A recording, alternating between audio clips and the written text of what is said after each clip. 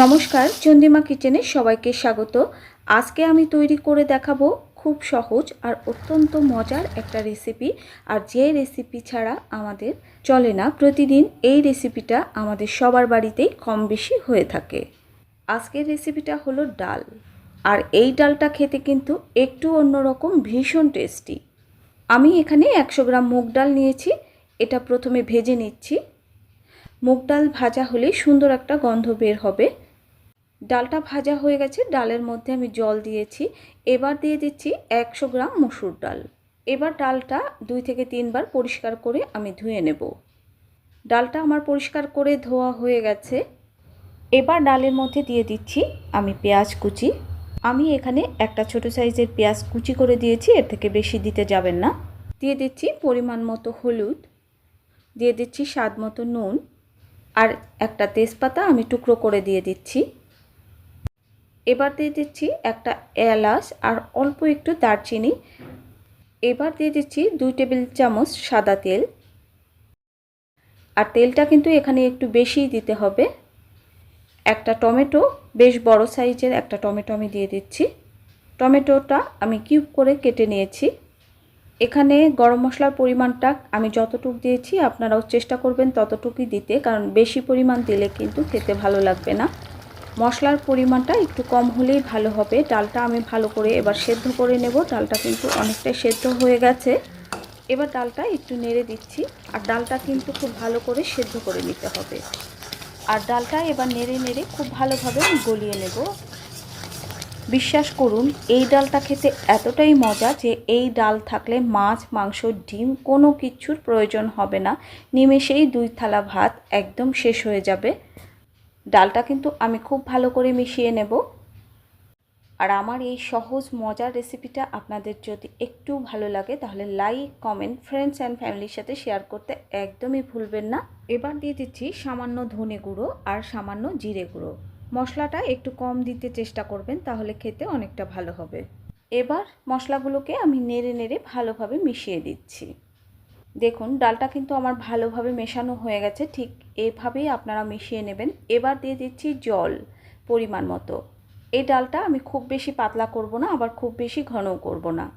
আপনারা যদি ঘন খেতে চান তাহলে জলটা কম দেবেন, আর যদি একটু পাতলা খেতে চান তাহলে জলটা একটু বেশি দেবেন।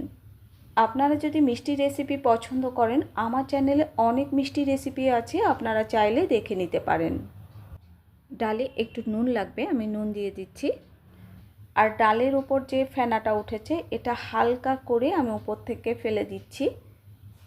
একটু হালকা করে উপর থেকে ফেনাটা ফেলে দেবেন। ফেনার নিচেই কিন্তু তেল মশলাটা থাকবে, ওটা কিন্তু ফেলে দেবেন না। আমার ডালটা দেখে হয়তো বুঝতে পারছেন যে আমি কতটা ঘনত্ব রেখেছি। এবার ডালটা আমি কিছু সময় জাল দিয়ে নেব। ডালটা এর পাশে ফুটতে থাকুক, আমি এবার ফোড়নটা রেডি করে নিচ্ছি। এবার দিয়ে দিচ্ছি ফোড়নের জন্য 4 টেবিল চামচ তেল। তেলটা একটু কিন্তু বেশিই দিতে হবে। এবার দিয়ে দিচ্ছি পেঁয়াজ কুচি। এখানে আমি 2টো মাঝারি সাইজের পেঁয়াজ কুচি করে দিয়েছি। পেঁয়াজটা ভাজা ভাজা হয়ে যখন একটু নরম হবে বা কালারটা একটু চেঞ্জ হবে তখন দিয়ে দিচ্ছি জিরা। আর জিরাটা দেওয়ার পর আমি একটু নেড়ে নেব।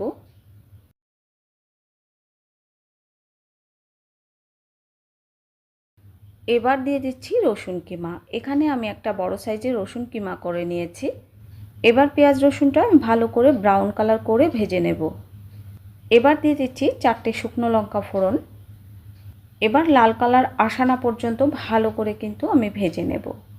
আর এই ফোড়নটা কিন্তু ব্রাউন কালার করে ভেজে নিতে হবে, তবেই ডালের টেস্টটা আসবে। আমার ফোড়নটা কিন্তু হয়ে গেছে। এবার আমি ডালের মধ্যে ফোড়নটা দিয়ে দেব। আমি এবার ডালের মধ্যে দিয়ে দিচ্ছি।